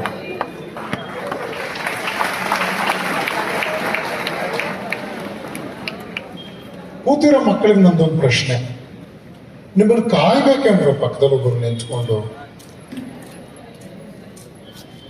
ನೋಡಿ, ಯೋಚನೆ ಮಾಡಿಪ್ಪ ನೀವೆಲ್ಲ. ಟಿ ಸುಬ್ರಾಯರ ವೇದಿಕೆ ಇದು ಅಂತ ಹೇಳಿದೆ ನಾನು. ಅವ್ರ ಮೊಮ್ಮಗ ನಮ್ಮ ಆಶ್ರಮದಲ್ಲಿ ಓದ್ದವನು 2 ವರ್ಷ. IAS ನಲ್ಲಿ ಇಂಡಿಯಾದಲ್ಲಿ 12ನೇ ರ್ಯಾಂಕ್ ಬಂದ. SN ಗಿರೀಶ್, ಸುಬ್ರಾಯರ್ ಮೊಮ್ಮಗ, ಮಗಳ ಮಗ. ಯಾವ ಮಹಾತ್ಮನ ಹೆಸರನ್ನ ಈ ವೇದಿಕೆಗೆ ಇಟ್ಟಿದ್ದಾರೋ ಅವ್ರಿಗೆ ಪ್ರಿನ್ಸಿಪಾಲ್ ಆಗಿದ್ರು ಹಿಂದೆ. ಇವತ್ತಿಗೆ 50 ವರ್ಷದ ಹಿಂದೆ ಅವ್ರ ಪ್ರಿನ್ಸಿಪಾಲ್. ಅವ್ರ ಮೊಮ್ಮಗ ರಾಷ್ಟ್ರ ಮಟ್ಟದಲ್ಲಿ 12ನೇ ರ್ಯಾಂಕ್ ತಗೊಂಡ IAS. ನಿಮ್ಮೂರು ಹುಡುಗ. ಯೋಚನೆ ಮಾಡಿ ಇದನ್ನ. ನೀವು ಯಾರನ್ನು ಅನುಸರಿಸಬೇಕು, ಯಾರು ನಿಮಗೆ ಮಾದರಿ ಆಗಬೇಕು? ಸಗಣಿ ಜೊತೆ ಸರಸಾಡೋದಕ್ಕಿಂತ ಗಂಧದ ಜೊತೆ ಗುದ್ದಾಡಬೇಕು ಅಂದ್ರೆ ನಮ್ಮ ಹಿರಿಯರು. ಸಗಣಿ ತುಂಬಾ ಚೆನ್ನಾಗಿದೆ, ಒಳ್ಳೆ ಕ್ರೀಮ್ ತರ ಇದೆ ಅಂತ ಹೇಳಿ ಬಳ್ಕೊಳಕ್ಕಾಗತ್ತಾ? ಗಂಧನ 4 ಸಲ ಗುದ್ದಿ ನೀವು, ಗಂಧದ ವಾಸನೆ ಆದ್ರೂ ಬರುತ್ತೆ ನಿಮಗೆ. ನಿಮ್ಮ ಆಯ್ಕೆ ಯಾವುದು? ಇದು ಬಹಳ ಇಂಪಾರ್ಟೆಂಟ್. ಯುವಕರು ಯುವತಿಯರಲ್ಲಿ ಇದು ಬಹಳ ಇಂಪಾರ್ಟೆಂಟ್. ಯಾಕಂದ್ರೆ ನೀವು 70 mm ಸ್ಕ್ರೀನ್ ಮೇಲೆ ಹೀರೋಗಳಾಗಿ ಕಂಡವರೆಲ್ಲ ಇವತ್ತೆಲ್ಲೂ ಹೋಗ್ಬಿಟ್ಟಿದ್ದಾರೆ. ಏನ್ ಮಾಡ್ತೀರಿ ನೀವೀಗ? Who is your hero? ನೋಡಿ, ನಿಮ್ಮ ಆದರ್ಶ ಏನು? ಸ್ವಾಮಿ ವಿವೇಕಾನಂದರು ಹೇಳ್ತಾರೆ, intellectual gigantism coupled with humanistic impulse. ಯಾರು ಬೌದ್ಧಿಕವಾಗಿ ಬಹಳ ಸಮರ್ಥನೋ, ಭಾವನಾತ್ಮಕವಾಗಿ ಸಶಕ್ತನೋ, ಅವನ ವ್ಯಕ್ತಿತ್ವದಲ್ಲಿ ಒಂದು ಉತ್ತಮವಾದ ನಡವಳಿಕೆಯನ್ನು ನೀವು ನಿರೀಕ್ಷಿಸಬಹುದು. ಅವನು ನಿಮ್ಮ ಮಾದರಿ ಆಗಬೇಕು. ಅವನು ನಿಮ್ಮ ಮಾದರಿ ಆಗಬೇಕು. ಏನು ಅದ್ಭುತವಾದ ವಿಷಯ. ನಮ್ಮ ಮಕ್ಕಳಿಗೆ ಯಾರು ಮಾದರಿ ಆಗಬೇಕು? ಇದು ನೀವು ಯೋಚನೆ ಮಾಡ್ತಾ ಹೋಗಿ. ನಿಮಗೆ ಮಾದರಿ ಯಾರು? ತಲೆ ಮೇಲೆ ಕೂದಲು ಯಾವ ಹೀರೋ ತರ ಬಾಚ್ಕೋಬೇಕು ಅನ್ನೋದಲ್ಲ ನಿಮಗೆ ಮಾದರಿ. ತಲೆ ಒಳಗಿರೋ ಬುದ್ಧಿನ ಚುರುಕು ಮಾಡ್ಕೊಳ್ಳೋದಕ್ಕೆ ನಿಮಗೆ ಯಾರು ಮಾದರಿ? ಕಷ್ಟದಲ್ಲೂ ನಷ್ಟದಲ್ಲೂ ಕೂಡ ಧೃತಿಗೆಡದೆ ಜೀವನದಲ್ಲಿ ಸಾಧನೆ ಮಾಡಿದಂಥ ವ್ಯಕ್ತಿ ನಿಮಗೆ ಮಾದರಿ ಆಗ್ತಾನೆ ಹೊರತು, ಪೊಳ್ಳು ಸುಳ್ಳು ಪೋಖ್ರಿಕತೆ ಮಾಡಿಕೊಂಡು, ಕಳ್ಳತನ ಮಾಡಿಕೊಂಡು ಹೇಗಾಗುವ ಸಂಪಾದನೆ ಮಾಡಿಕೊಂಡು ವಸ್ತುಗಳನ್ನ ಅವನು ದಿಲ್ದಾರನಾಗಿ ಓಡಾಡ್ತಾ ಇದ್ದಾನೆ ಅಂದ್ರೆ ಅವನು ನಿಮ್ಮ ಮಾದರಿ ಅಲ್ಲ. ಇದು ಭಾರತ ದೇಶ. ಇಲ್ಲಿ ಯಾವುದೇ ರೀತಿಯಲ್ಲೂ ಮೌಲ್ಯಗಳೇ ನಮ್ಮ ಯಜಮಾನರಲ್ಲಿ, ಆದರ್ಶಗಳೇ ನಮ್ಮ ಯಜಮಾನರು. ನೀವು ವಿಚಲಿತರಾಗ್ತಾ ಇರ್ಬೋದು, ಇವತ್ತಿನ ವಿದ್ಯಮಾನಗಳನ್ನೆಲ್ಲ ನೋಡಿ ವಿಚಲಿತರಾಗ್ತಾ ಇರ್ಬೋದು. ಇನ್ನೊಂದು 2-3 ತಿಂಗಳಲ್ಲಿ ನೋಡಿ ನೀವು ಎಲ್ಲ ತೇಲ್ಬಿಡುತ್ತೆ. ಎಲ್ಲವೂ ವಾಸ್ತವಿಕತೆ ಏನು? ಹಾಲಿನದು ಹಾಲಿಗೆ, ನೀರಿನದು ನೀರಿಗೆ ಬಂದೇ ಬರುತ್ತೆ. ನೋಡಿ ಮಕ್ಕಳೇ, ಪರಮಾತ್ಮ ಪ್ರತಿಯೊಬ್ಬನನ್ನೂ ಕೂಡ ಜನ್ಮ ಕೊಡೋದು ಹಾಲಿನಂತಹ ಮನಸ್ಸಿನೊಂದಿಗೆ. ಈ ಪ್ರಪಂಚದಲ್ಲಿ ಪಾಪಿಯಾಗಿ ಯಾರೂ ಹುಟ್ಟೋದಿಲ್ಲ. ಅಮೆರಿಕದಲ್ಲಿ ಅಲ್ಲಿನ ಧರ್ಮ ಪ್ರತಿನಿಧಿಗಳು ಜನರನ್ನ ಓ ಪಾಪಿಗಳೇ, ಓ ಪಾಪಿಗಳೇ ಕೇಳಿಸ್ಕೊಳ್ಳಿ ಅಂತ ಹೇಳ್ತಾ ಇದ್ರು. ಆಗ ವಿವೇಕಾನಂದರು ಹೇಳಿದ್ರು, ಅಯ್ಯೋ ಎಂಥ ದುರವಸ್ಥೆ ನಿಮ್ಮದು, ಭಗವಂತ ಪುಣ್ಯಾತ್ಮ, ನಾವೆಲ್ಲ ಭಗವಂತನ ಸಂತಾನ, ಪುಣ್ಯಾತ್ಮನ ಸಂತಾನ, ಪಾಪಾತ್ಮರು ಹೇಗಾಗ್ತಾರೆ? ನಾವು ತಪ್ಪು ಮಾಡಬಹುದು, ಆದರೆ ತಪ್ಪು ಮಾಡೋದೊಂದು ತಪ್ಪಲ್ಲ, ಮಾಡಿದ ತಪ್ಪನ್ನು ತಿದ್ದಿಕೊಳ್ಳದೆ ಇರುವುದು ತಪ್ಪು, ಮಹಾ ತಪ್ಪು. ತಿದ್ದುಕೋಬೇಕು. ತಪ್ಪು ಮಾಡ್ದಲೇ ಇದ್ರೆ ಅದಂತ ಜೀವನ. ತಪ್ಪು ಮಾಡಲೇಬೇಕು, ಮಾಡೇ ಮಾಡ್ತೀವಿ, ಆದರೆ ತಪ್ಪು ಮಾಡೋದೇ ಜೀವನದ ಉದ್ದೇಶ ಆಗಬಾರದು. ಆ ನಿಟ್ಟಿನಲ್ಲಿ ವಿವೇಕಾನಂದರು ಹೇಳಿದರು, ಇನ್ನೊಬ್ಬರನ್ನ ಪಾಪಿಯಿಂದ ಕರೆಯೋದೇ ಮಹಾಪಾಪ ಅಂತ. ದಯವಿಟ್ಟು ಇದನ್ನು ಯೋಚನೆ ಮಾಡಿ. ಹಾಗಾಗಿ ಮಕ್ಕಳೇ, ನಿಮ್ಮಲ್ಲಿ ವಿನಂತಿಸ್ಕೊಳ್ತಾ ಇದ್ದೇನೆ, ಯಾವುದೇ ಕಾರಣಕ್ಕೂ ಕೂಡ ಒಂದು ಇರುವೆ ಮುಂದೆ ನೀವು ಮರಳು ಸಕ್ಕರೆಯನ್ನು ಮಿಶ್ರಣ ಮಾಡಿಟ್ರೆ ಯಾವ ದೇಶದ ಇರುವೆಯೂ ಕೂಡ ಕನ್ಫ್ಯೂಸ್ ಮಾಡಿಕೊಂಡು ಮರಳನ್ನು ಕಚ್ಕೊಳ್ಳಲ್ಲ, ಸಕ್ಕರೆಯನ್ನೇ ಕಚ್ಕೊಳ್ಳುತ್ತೆ. ಆ ಇರುವೆಗಿರೋ ಕನಿಷ್ಠ ಬುದ್ಧಿ ನಮಗಿದೆಯಾ? ನಾವು ಯಾಕೆ ಅಡಲ್ಟ್ರೇಟೆಡ್, ಕಂಟಾಮಿನೇಟೆಡ್, ಕಲಬೆರಕೆ ಆಹಾರ ತಿಂತೀವಿ? ನಮ್ಮಲ್ಲಿ ಸರಿ ತಪ್ಪುಗಳನ್ನು ವಿಶ್ಲೇಷಿಸುವ ವಿವೇಚನೆಯ ಕೊರತೆ. ದಯವಿಟ್ಟು ಯೋಚನೆ ಮಾಡಿ ಇದನ್ನ. ಹೀಗಾಗಿ ಪರಮಾತ್ಮ ಯಾವಾಗ ನಮಗೆ ಮನುಷ್ಯ ಜನ್ಮವನ್ನು ಕೊಟ್ಟು ಎದೆ ತಟ್ಕೊಂಡು ಹೇಳೋಕೆ ಪ್ರಯತ್ನ ಮಾಡಿ, ನಾನು ಜೀವನದಲ್ಲಿ ಹಿಮಾಲಯದಷ್ಟು ಬೆಳೆಯೋದಕ್ಕೆ ಏನೇನು ಬೇಕೋ ಈ ಮನುಷ್ಯ ಜನ್ಮವನ್ನು ಕೊಡೋದ್ರ ಮೂಲಕ ಪರಮಾತ್ಮ ನನಗಂದು ಕೊಟ್ಟಿದ್ದಾನೆ. ಇನ್ನೇನಿದ್ರು ಕೂಡ ಅವನು ಕಚ್ಚಾ ವಸ್ತುವನ್ನು ಕೊಟ್ಟಿದ್ದಾನೆ. ನಾನು ಹೋರಾಡಿ ಪ್ರೋಸೆಸ್ ಮಾಡಿ, ಪ್ಯೂರಿಫೈ ಮಾಡಿ, ಕ್ರಿಯೇಟಿವ್ ಅಂಡ್ ಕನ್ಸ್ಟ್ರಕ್ಟಿವ್ ಮಾಡಿ ಪಕ್ಕಾ ವಸ್ತುವನ್ನು ನಿರ್ಮಿಸುವ ಗುರುತರ ಜವಾಬ್ದಾರಿ ನನ್ನ ಹೆಗಲ ಮೇಲಿದೆ. ದೇವರು ರೇಷನ್ ಕೊಟ್ಟಿದ್ದಾನೆ, ಅಡುಗೆ ಮಾಡ್ಕೊಂಡು ಒಳ್ಳೆ ಊಟ ಮಾಡೋದು ನನ್ನ ಕೈಯಲ್ಲಿದೆ ಅನ್ನೋ ಪ್ರಯತ್ನ, ಸಂಕಲ್ಪಕ್ಕೆ ನೀವು ತೊಡಗಬೇಕು. ಅಯ್ಯೋ ನಾವು ಅವಕಾಶ ವಂಚಿತರು, ನಮಗೆ ಪ್ರಾದೇಶಿಕ ಅಸಮಾನತೆ, ನಾವು ಕಾಡ್ನವರು, ನಾವು ಊರಿನವರು, ನಾವು ಬಿಳಿಗಿದ್ದೀವಿ, ಅವ್ರು ಕಪ್ಪಗಿದ್ದಾರೆ, ಇದರಲ್ಲೆಲ್ಲ ನೀವು ಮಾರ್ಜಿನ್ ಕೇಳ್ತಾ ಬಂದ್ರೆ ಒಂದು ಹಂತದವರೆಗೂ ನಡೆದು ಬಿಡುತ್ತೆ. ಆದರೆ ನಿಮ್ಮನ್ನ ಅದು ಬದುಕಿನ ತುದಿಯನ್ನು ಮುಟ್ಟಿಸೋದಕ್ಕೆ ಖಂಡಿತ ಪ್ರಯತ್ನ ಮಾಡಿದ್ರು ಆಗಲ್ಲ. ಪ್ರಯತ್ನವೇ ಪರಮ ಪೂಜೆ. ಇದನ್ನು ನೆಚ್ಚಿಕೊಂಡ್ರು ಈ ಪರಮ ಪೂಜೆಯಿಂದ ನಿಮಗೆ ಲಭ್ಯವಾಗುವವನೇ ಪರಮೇಶ್ವರ. ಆದ್ದರಿಂದ ಪ್ರಯತ್ನಕ್ಕೆ ಯಾವುದೂ ಅಡ್ಡದಾರಿ ಇಲ್ಲ, ಅದಕ್ಕೆ ಸಬ್ಸ್ಟಿಟ್ಯೂಟ್ ಇಲ್ಲ, ಪರ್ಯಾಯ ಇಲ್ಲ. There is nothing substitute for hard work ಅಂತ ಇಂಗ್ಲಿಷ್ನಲ್ಲಿ ಒಂದು ಮಾತು. ಇದನ್ನು ದಯವಿಟ್ಟು ಎಂದೂ ಮರೆಯಬಾರದು ನೀವು. ನಿಮ್ಮ ಪರಿಶ್ರಮ, ನಿಮ್ಮ ಸತ್ಸಂಕಲ್ಪ. ನಾನು ಹೇಳ್ತಾ ಇದ್ದೆ, ಭಗವಂತ ಮನುಷ್ಯ ಜನ್ಮ ಕೊಡ್ತಾನಲ್ಲ, ಅದರ ಅರ್ಥ ಏನ್ ಗೊತ್ತಾ? ನಮಗೆಲ್ಲ ಹಾಲಿನಂತಹ ಮನಸ್ಸನ್ನು ಕೊಟ್ಟಿದ್ದಾನ. ಆದ್ರೆ ಅವನೇ ಹೇಳ್ತಾನೆ, ಈ ಪ್ರಪಂಚ ಅನ್ನೋದು ನೀರು, ಮನುಷ್ಯನ ಮನಸ್ಸು ಅನ್ನೋದು ಹಾಲು. ಮನುಷ್ಯನೇ ಹಾಲಿನಂತ ಮನಸ್ಸನ್ನು ನೀನು ಕೊಟ್ಟಿದ್ದೀನಿ. ನೀನು ಈ ಪ್ರಪಂಚ ಅನ್ನೋ ನೀರಿನಲ್ಲಿ ಎಚ್ಚರಿಕೆಯಿಂದ ಬದುಕಬೇಕು.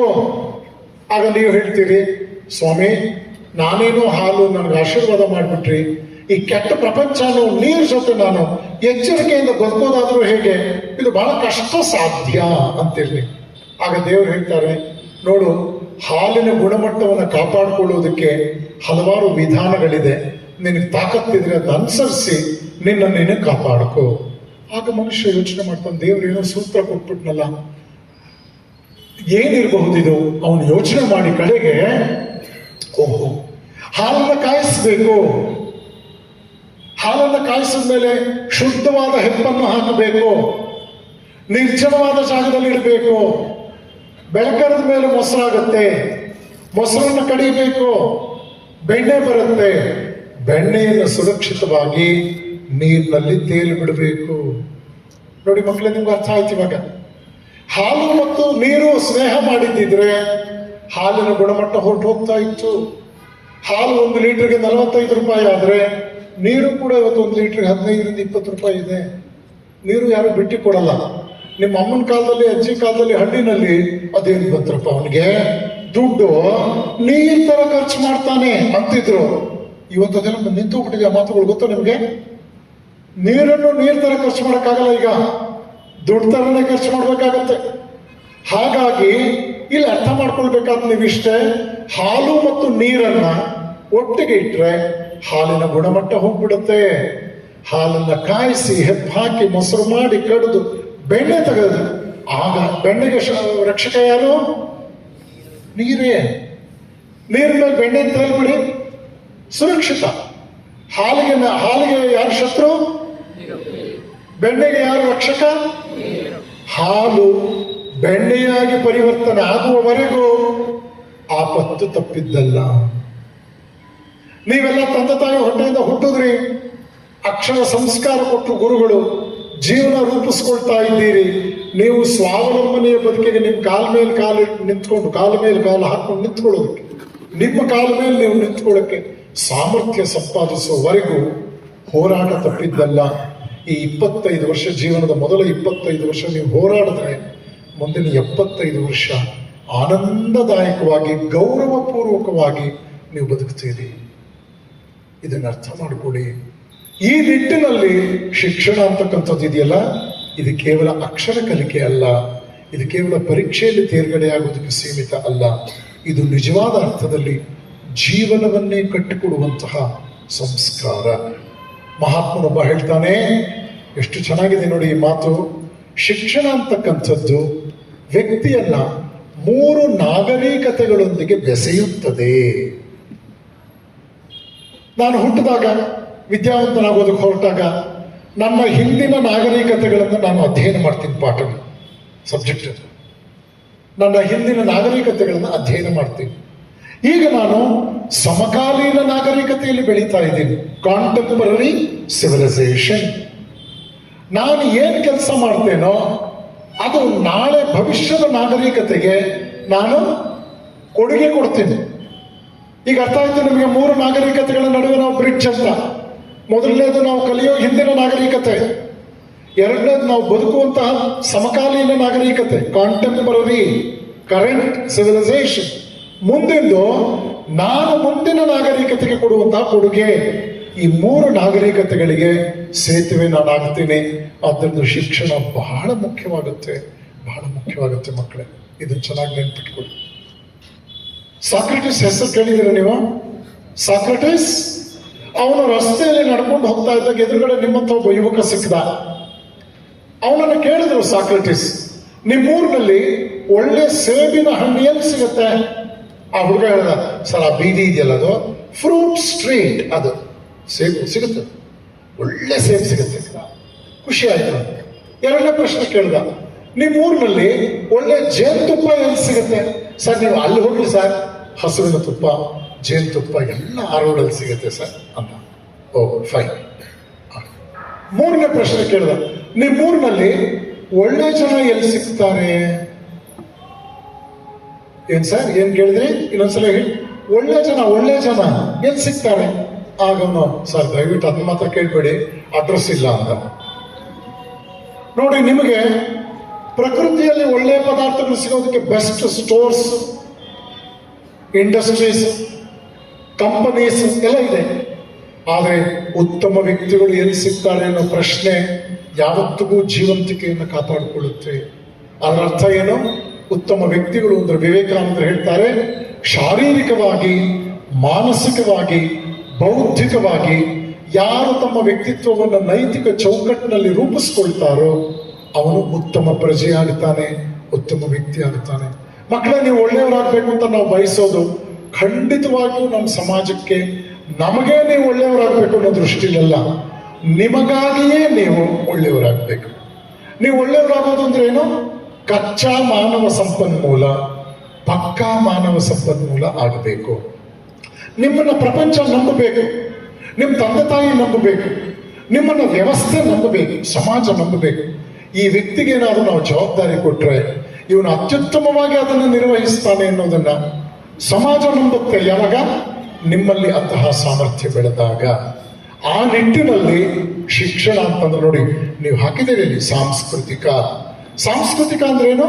ಸಂಸ್ಕೃತಿ ಸಂಪನ್ನರಾಗಬೇಕು ನೀವು. ಹತ್ತಾರು ವಿಚಾರಗಳಿದೆ.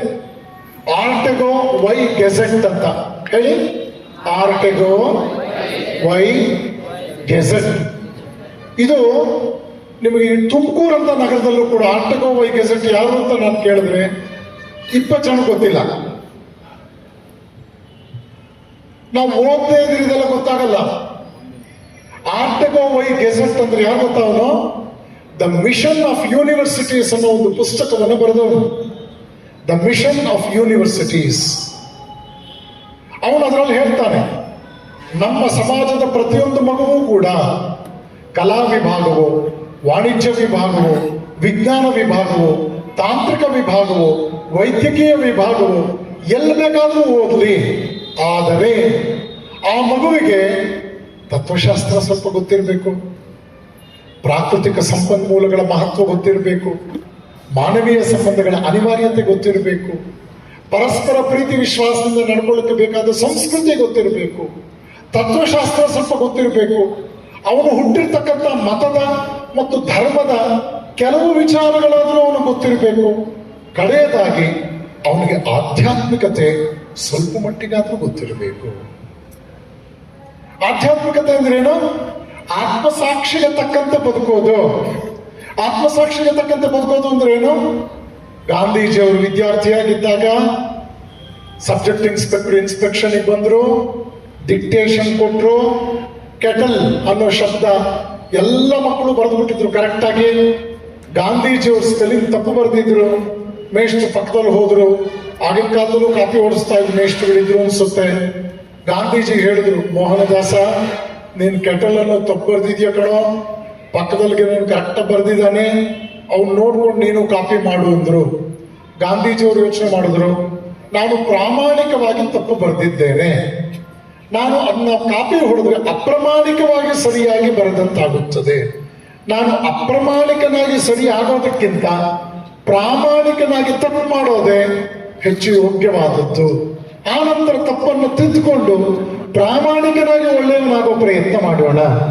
ಅಪ್ರಾಮಾಣಿಕನಾಗಿ ನಾನು ಒಳ್ಳೆಯವನಾದರೂ ಅದು ಬಹಳ ದಿವಸ ನನ್ನ ಜೊತೆ ಉಳಿಯಲ್ಲ, ಅದು ಶ್ರೇಯಸ್ಕರ ಅಲ್ಲ. ತಪ್ಪು ಮಾಡೋದು ತಪ್ಪಲ್ಲ, ತಪ್ಪನ್ನು ತಿದ್ದುಕೊಂಡು ಮುಂದಿನ ಹೆಜ್ಜೆ ಇಡುವುದು ಜೀವನ.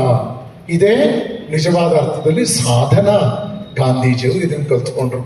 ಅವತ್ತು ಗಾಂಧೀಜಿ ಏನಾದ್ರು ಕಾಪಿ ಹೊಡೆದಿದ್ದಿದ್ರೆ ಇವತ್ತು ಗಾಂಧೀಜಿ ಹೆಸರು ಈ ದೇಶದಲ್ಲಿ 4 ಜನನು ನೆನಪು ಮಾಡ್ಕೊಳ್ತಾ ಇರಲಿಲ್ಲ. ಅವತ್ತು ತರಗತಿಯಲ್ಲಿದ್ದವ್ರು ಎಲ್ಲರೂ ಕಾಪಿ ಹೊಡೆದಿದ್ರು. ಗಾಂಧೀಜಿ ಜೊತೆ ಯಾರ್ಯಾರು ಓದಿದ್ರು ಒಬ್ಬನೂ ನಮಗೆ ನೆನಪಿಲ್ಲ. ತರಗತಿಯಲ್ಲಿ ಕಾಪಿ ಹೊಡೆದು ಕರೆಕ್ಟಾಗಿ ಬರೆದವ್ರು ನೆನಪಿಲ್ಲ. ಕರೆಕ್ಟಾಗಿ ತಪ್ಪು ಬರೆದ್ರು ಕೂಡ ನಾನು ಕಾಪಿ ಹೊಡೆದು ತಿದ್ಕೊಳ್ಳಲ್ಲ ಅಂತ ದಾರ್ಷ್ಟ್ಯತೆ ಇದ್ದ ಗಾಂಧಿ ಇವತ್ತು ನಮ್ಮೆಲ್ಲರ ಭಾವ ಪ್ರಪಂಚದಲ್ಲಿದ್ದಾರೆ. ಮಕ್ಕಳೇ, ಇದನ್ನು ಚೆನ್ನಾಗಿ ತಿಳ್ಕೊಳ್ಳಿ. ಅನ್ಯಾಯದ ಮಾರ್ಗದಲ್ಲಿ ಗೆಲ್ಲೋದಕ್ಕಿಂತ ನ್ಯಾಯ ಮಾರ್ಗದಲ್ಲಿ ಸೋಲೋದು ಘನತೆಪೂರ್ಣ. ಇದು ವಿವೇಕಾನಂದರು ಹೇಳಿದಂಥ ಮಾತು. ಅನ್ಯಾಯದ ಮಾರ್ಗದಲ್ಲಿ ಗೆಲ್ಲೋದಕ್ಕಿಂತ ನ್ಯಾಯ ಮಾರ್ಗದಲ್ಲಿ ಸೋಲೋಣ. ಸಾಂಸ್ಕೃತಿಕ ಸಂಘ ಉದ್ಘಾಟನೆ ಮಾಡಿದ್ದೀರಿ. ಸ್ವಲ್ಪ ಚರಿತ್ರೆ ಬಗ್ಗೆ, ಇತಿಹಾಸದ ಬಗ್ಗೆ, ಸಂಸ್ಕೃತಿ ಬಗ್ಗೆ ನಿಮ್ಮ ಟೀಚರ್ಸ್ ನಿಮ್ಗೆ ಹೇಳಬೇಕು.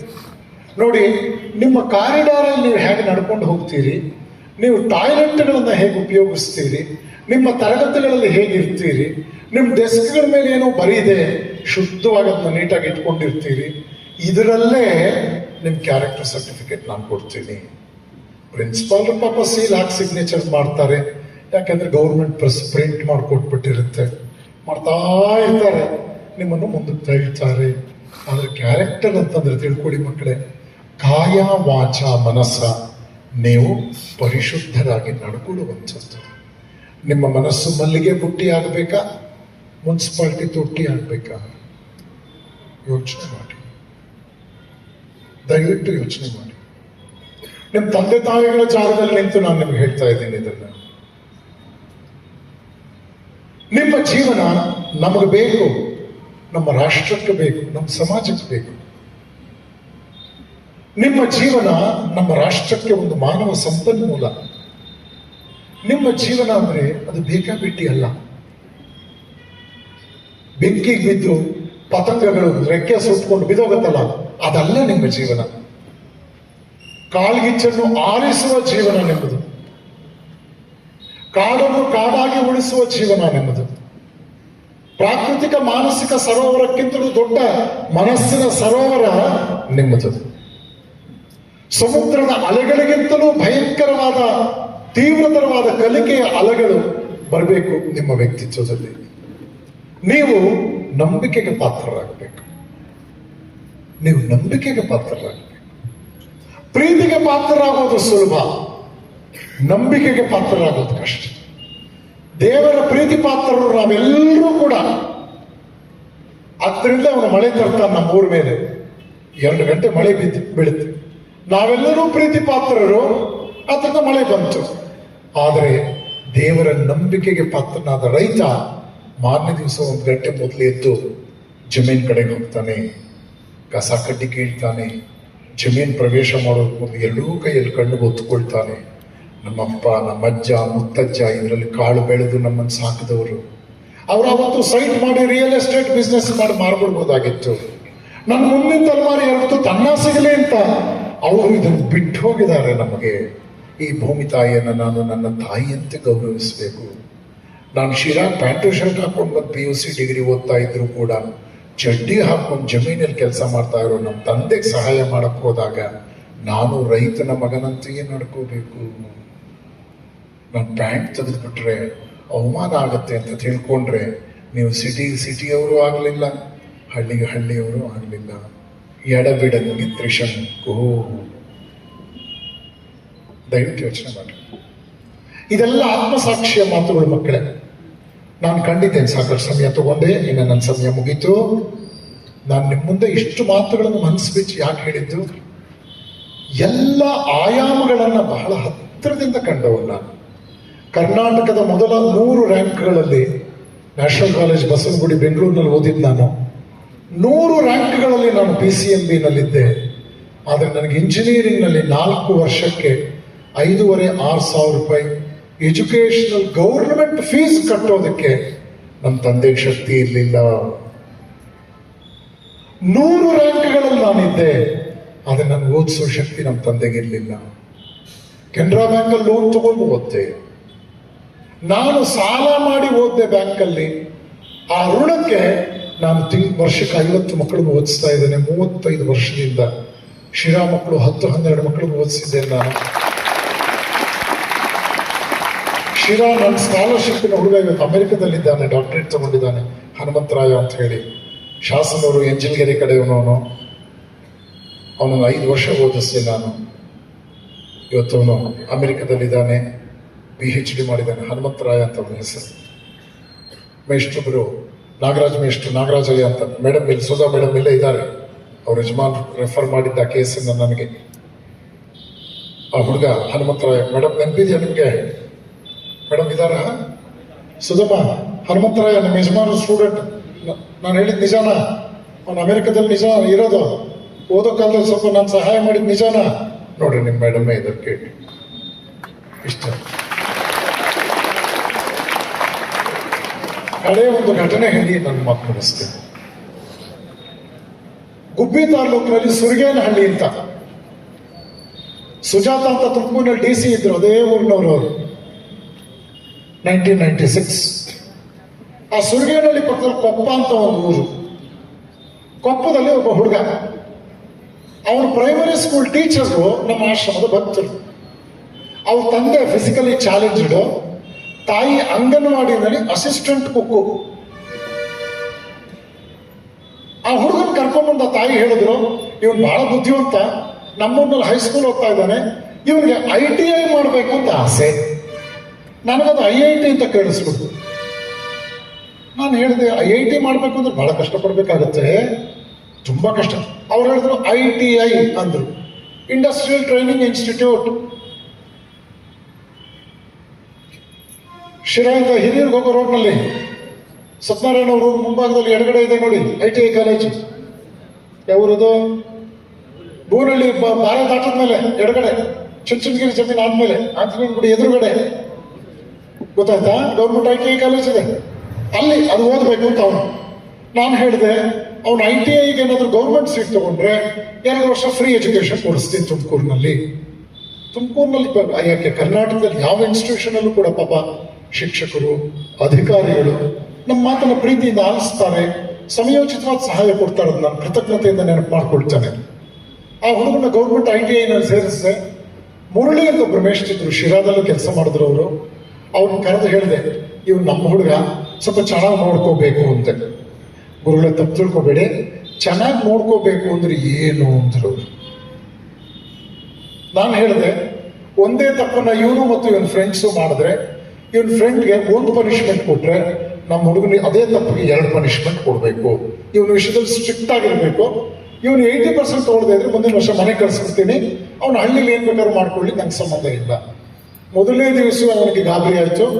ಕಡೆಗೆ ಅವ್ನಿಗೆ ಹೇಳಿದೆ ಕನ್ನಡ ಇಂಗ್ಲಿಷ್ ಮಿಕ್ಸ್ ಮಾಡಿ, ಡೋಂಟ್ ಬಿ ಗಾಬರಿಫೈಡ್ ಅಂತ. ಗಾಬರಿಫೈಡ್ ಅಂತ ಇಂಗ್ಲಿಷಲ್ಲಿ ಇಲ್ಲ, ಗಾಬರಿ ಆಗ್ಬೇಡಿ.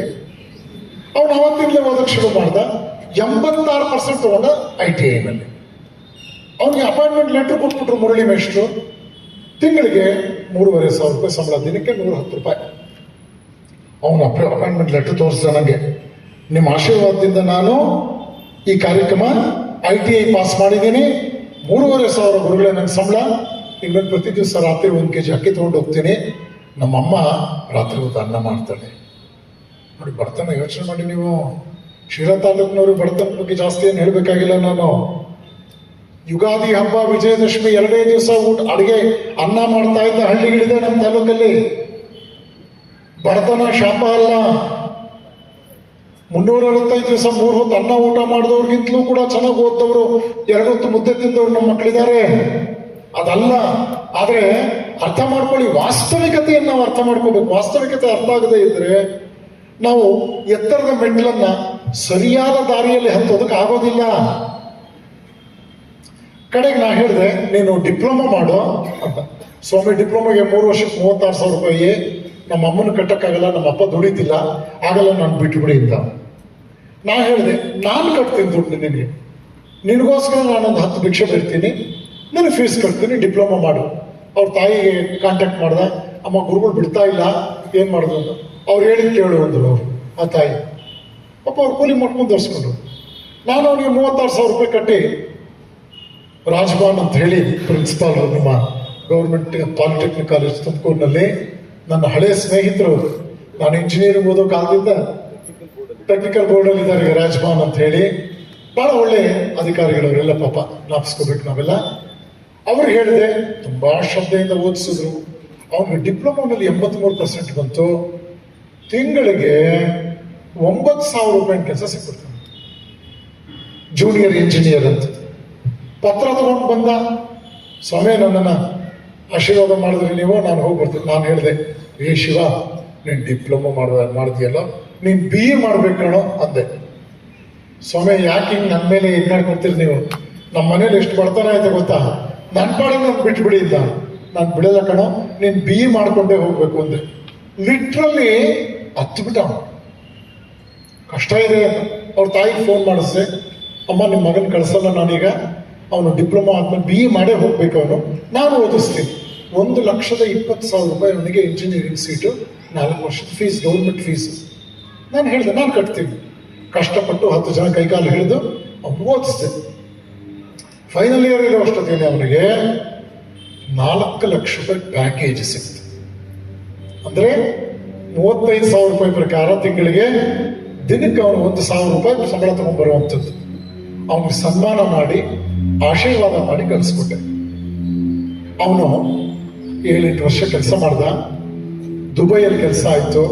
ಮೊನ್ನೆ ದುಬೈಗೆ ಹೋದ್ರೆ ನಾನು 1 ವಾರ ಅವನ ಮನೆಯಲ್ಲಿ ಉಳ್ಕೊಂಡಿದ್ದೆ. ಇವತ್ತು ಅವನು ಎಷ್ಟು ಚೆನ್ನಾಗಿ ಕಷ್ಟಪಟ್ಟು ದುಡ್ದ. ಹಳ್ಳಿನಲ್ಲಿ ಗುಡಿಸುವಂತ ಇದ್ದ ಮನೆ ತೆಗೆದು ತಾಯಿಗೆ ಮನೆ ಕಟ್ಕೊಟ್ಟ. ಅವನ ಸದ್ಗುಣ ನೋಡಿ ಒಂದು ಒಳ್ಳೆ ಸಂಬಂಧ ಬಂತು, ಮದುವೆ ಆಯಿತು. ಮಗನಿಗೆ ಹೋದ್ವಾರ ನಾನು ಅಕ್ಷರಾಭ್ಯಾಸ ಮಾಡಿಸಿದೆ. ನಾನು ಕಣ್ಣಾರೆ ಕಂಡಂತಹ 7ನೇ ಕ್ಲಾಸ್ಗೆ ಸ್ಕೂಲ್ ಡ್ರಾಪ್ ಔಟ್ ಆಗಬಹುದಾಗಿದ್ದು ಮಗು ಇವತ್ತು ಸಾಫ್ಟ್ವೇರ್ ಇಂಜಿನಿಯರ್ ಆಗಿ ಮಸ್ಕಟ್ ದುಬೈನಲ್ಲಿ. ಪವಾಡ ಅನ್ನೋ ಯಾವ್ಯಾವುದೋ ಪವಾಡ ನೀವು ನಂಬಬೇಡಿ. ನಾನು ಹೇಳಿದ್ದನ್ನು ನಂಬಲಿರೋಕ್ಕೆ ಸಾಧ್ಯವೇ ಇಲ್ಲ. ಇದನ್ನು ನಾನು ಹೇಳೋದು, ದೇವರು ನಮಗೆ ಮನುಷ್ಯ ಜನ್ಮ ಕೊಟ್ಟನಲ್ಲ, ನಮ್ಮ ಹೋರಾಟದ ಬದುಕಿನಲ್ಲಿ ಐನ್ಸ್ಟೀನ್ ಏನು ಅದ್ಭುತ ವ್ಯಕ್ತಿ. ಥಾಮಸ್ ಆಲ್ವಾ ಎಡಿಸನ್ ಹೇಳ್ತಾನೆ, genius is 99% perspiration coupled with 1% inspiration. ನಿಮ್ಮ ಯಶಸ್ಸಿನಲ್ಲಿ 99% ನಿಮ್ಮ ಪರಿಶ್ರಮ. ಯಾವುದೇ ಕಾರಣಕ್ಕೂ ಸೋಮಾರಿತನ, ವಿಪರೀತವಾದ ಪರಾವಲಂಬಿತನ, ಎಲ್ಲದಕ್ಕೂ ಕೈ ಚಾಚೋದು, ಸೈಕಲ್ ಕೈ ಚಾಚೋದು, ಬಸ್ಗೂ ಕೈ ಚಾಚೋದು, ಎಲ್ಲದಕ್ಕೂ ಕೈ ಚಾಚಿ. ಇವತ್ತು ನಿಮ್ಮನ್ನಂತೂ ಪಾಪ ಮಾತಾಡ್ಸೋದೇ ಇಲ್ಲ ಬಿಡಿ, ನೀವೆಲ್ಲ ಬಸ್ ಹತ್ತದ್ರಿಂದ ಇಳಿಸೋದು ಕಷ್ಟ ಆಗಿದೆ ಈಗ. ಸೊ ಹೀಗಾಗಿದೆ, ಯೋಚನೆ ಮಾಡಿ. ಆದರೆ ಇದರ ಬೆಳವಣಿಗೆ ಎಲ್ಲಿ ಬಂದ್ಬಿಟ್ಟುತ್ತೆ ಇದನ್ನು ಯೋಚನೆ ಮಾಡಿ. ಎಲ್ಲ ವಿಷಯದಲ್ಲೂ ನಾವು ಪರಾವಲಂಬಿಗಳಾದರೆ ಹಾಗಾದ್ರೆ ಆತ್ಮಾವಲಂಬನದ ಪಾಠ ಯಾವಾಗ ಶುರು ಮಾಡೋದು? ಆತ್ಮ ಗೌರವದ ವಿಷಯ ಏನು? ಸ್ವಾವಲಂಬನೆ ಅಂದ್ರೇನು? ಸ್ವಾಭಿಮಾನ ಅಂದ್ರೇನು? ಇದನ್ನು ಕಲಿಸದೇ ಇದ್ರೆ ಅದು ಶಿಕ್ಷಣ ಅಲ್ಲ, ಅದು ಶಿಕ್ಷೆ. ದಯವಿಟ್ಟು ಈ ಮಾತುಗಳನ್ನು ನೆನಪಿಟ್ಕೊಳ್ಳಿ. ಇದು ಸಾಂಸ್ಕೃತಿಕವಾಗಿ ನಿಮ್ಮನ್ನು ಗಟ್ಟಿತನ ಮಾಡುವಂಥದ್ದು, ರಾಷ್ಟ್ರೀಯವಾಗಿ ನಿಮ್ಮನ್ನು ರೂಪಿಸುವಂಥದ್ದು ಮತ್ತು ಮಾನವ ಸಂಪನ್ಮೂಲವಾಗಿ ನೀವು ಬೆಳೆಯೋದಕ್ಕೆ ಬೇಕಾದಂತಹ ಉನ್ನತವಾದ ವಿಚಾರ. ಆ ನಿಟ್ಟಿನಲ್ಲಿ ನಿಮ್ಮೆಲ್ಲರ ಪಾತ್ರ ಬಹಳ ದೊಡ್ಡದು. ಇವತ್ತು ಎಷ್ಟು ಸಂತೋಷ ಪಟ್ಟೆ ಗೊತ್ತಾ ನಾನು ನಿಮ್ಮ ಕಾಲೇಜಿಗೆ ಬಂದು. ನಾನು ಹೇಳಿದ ಮಾತು ನಿಮಗೆಲ್ಲ ಇಷ್ಟ ಆಯ್ತು ತಾನೆ? ಮತ್ತೆ ನಾನು ನಿಮ್ಮಲ್ಲಿ ಬರಬೇಕಾ ಬೇಡವಾ? ಪ್ರಾಮಾಣಿಕವಾಗಿ ಯೋಚನೆ ಮಾಡಿ ನೀವು. ಆದರೆ ನೆನಪಿಟ್ಕೊಳ್ಳಿ, ಮೇಷ್ಟು ಫೋನ್ ಮಾಡಿದ್ರೆ ನಾನು ಬಂದೆ, ಒಂದು ಫೋನ್. ಕಾರಣ ಏನು? ನಿಮ್ಮೆಲ್ಲರ ಬದುಕು ಎಲ್ಲೋ ಒಂದು ಕಡೆ ನಮ್ಮ ಹೊಣೆಗಾರಿಕೆಯ ಹತ್ತಿರಕ್ಕೆ ಸಂಬಂಧಪಟ್ಟ ವಿಷಯ. ನಿಮ್ಗೆ ಒಳ್ಳೇದಾಗಬೇಕು, ಜೀವನದಲ್ಲಿ ನೀವು ಸಾಧಕರಾಗಬೇಕು, ಉತ್ತಮವಾದ ರೀತಿಯಲ್ಲಿ ವ್ಯಕ್ತಿ ರತ್ನಗಳಾಗಿ ನಿಮ್ಮ ಬದುಕು ಬೆಳಗಬೇಕು, ನಮ್ಮ ಸಮಾಜ ಬೆಳಗಬೇಕು. ಭಾರತ ಮಾತೆ ತನ್ನ ಹೊಟ್ಟೆ ಮುಟ್ಕೊಂಡು ನನ್ನ ಕರುಳಿನ ಕುಡಿಗಳು ಎಷ್ಟು ಚೆನ್ನಾಗಿ ಬದುಕ್ತಾ ಇವೆ ಅಂತ ಅವಳು ಹೆಮ್ಮೆ ಪಡುವಂತಹ ಒಂದು ಭಾವನಾತ್ಮಕ ಜೀವನಕ್ಕೆ ನಾವು ಸನ್ನದ್ಧರಾಗೋಣ ಅಂತ ಹೇಳ್ತಾ, ಇವತ್ತು ನಿಮ್ಮಲ್ಲಿ ಬಂದು ಈ ವಿಚಾರಗಳನ್ನು ನಿಮ್ಮೊಂದಿಗೆ ಹಂಚಿಕೊಳ್ಳೋದಕ್ಕೆ ಅವಕಾಶ ಮಾಡಿಕೊಟ್ಟದಕ್ಕಾಗಿ ಕಾಲೇಜಿನ ಎಲ್ಲ ಆಡಳಿತ ಮಂಡಳಿಯವರಿಗೆ, ವಿಶೇಷವಾಗಿ ನಮ್ಮ ಗೌರವಾನ್ವಿತರಾದ ಡಾಕ್ಟರ್ ಮಹೇಂದ್ರಪ್ಪನವರು, ನನಗೆ 30 ವರ್ಷಕ್ಕೂ ಹೆಚ್ಚು ಕಾಲದಿಂದ ಅವರು ಪರಿಚಿತರು. ತುಂಬ ಸಜ್ಜನಿಕೆಯ ಮನಸ್ಥಿತಿ ಅವರದ್ದು. ಅವ್ರು ಫೋನ್ ಮಾಡಿ ಬರ್ಬೇಕು ಗುರುಗಳೇ ಅಂದಾಗ, ನೋಡಿ ಈಗ ನಾನು ತಕ್ಷಣ ಗರ್ಲ್ಸ್ ಕಾಲೇಜಿಗೆ ಹೋಗ್ತಾ ಇದ್ದೇನೆ, ಅಲ್ಲೂ ಕೂಡ ಇದೇ ಸ್ಥಳದ ಕಾರ್ಯಕ್ರಮ ಇದೆ. ಶಿರಾ ತಾಲೂಕಿನ ಯಾವ ಕಾರ್ಯಕ್ರಮನೂ ನಾನು ಬಿಡೋದಿಲ್ಲ. ನನ್ನ ಹೃದಯಕ್ಕೆ ಅಷ್ಟು ಇಷ್ಟವಾದ ಊರು, ಹತ್ತಿರವಾದ ಊರಿದು. ಆ ನಿಟ್ಟಿನಲ್ಲಿ ಆಗಿಂದಾಗ್ಗೆ ಅವಶ್ಯಕತೆ ಕಂಡು ನಾನು ನಿಮ್ಮಲ್ಲಿ ಬರ್ತೇನೆ, ನಿಮ್ಮ ಜೊತೆ ಸಮಯ ಕಳೀತೇನೆ. ದಯವಿಟ್ಟು ಒಂದು ಉತ್ತಮ ವಾತಾವರಣ ಮಾಡಿಕೊಂಡು ನಿಮ್ಮ ಬದುಕನ್ನು ಚೆನ್ನಾಗಿ ರೂಪಿಸ್ಕೊಳ್ಳಿ. ಜನ್ಮ ಕೊಟ್ಟ ತಂದೆ ತಾಯಿಗಳು, ವಿದ್ಯೆ ಕೊಟ್ಟ ಗುರುಗಳಿಗೆ ನೀವು ವಿಧೇಯರಾಗಿರಿ, ರಾಷ್ಟ್ರಕ್ಕೆ ವಿಧೇಯರಾಗಿರಿ, ಆದರ್ಶಕ್ಕೆ ನೀವು ತಲೆಬಾಗಿ ಅಂತ ಹೇಳಿ ನಮ್ಮ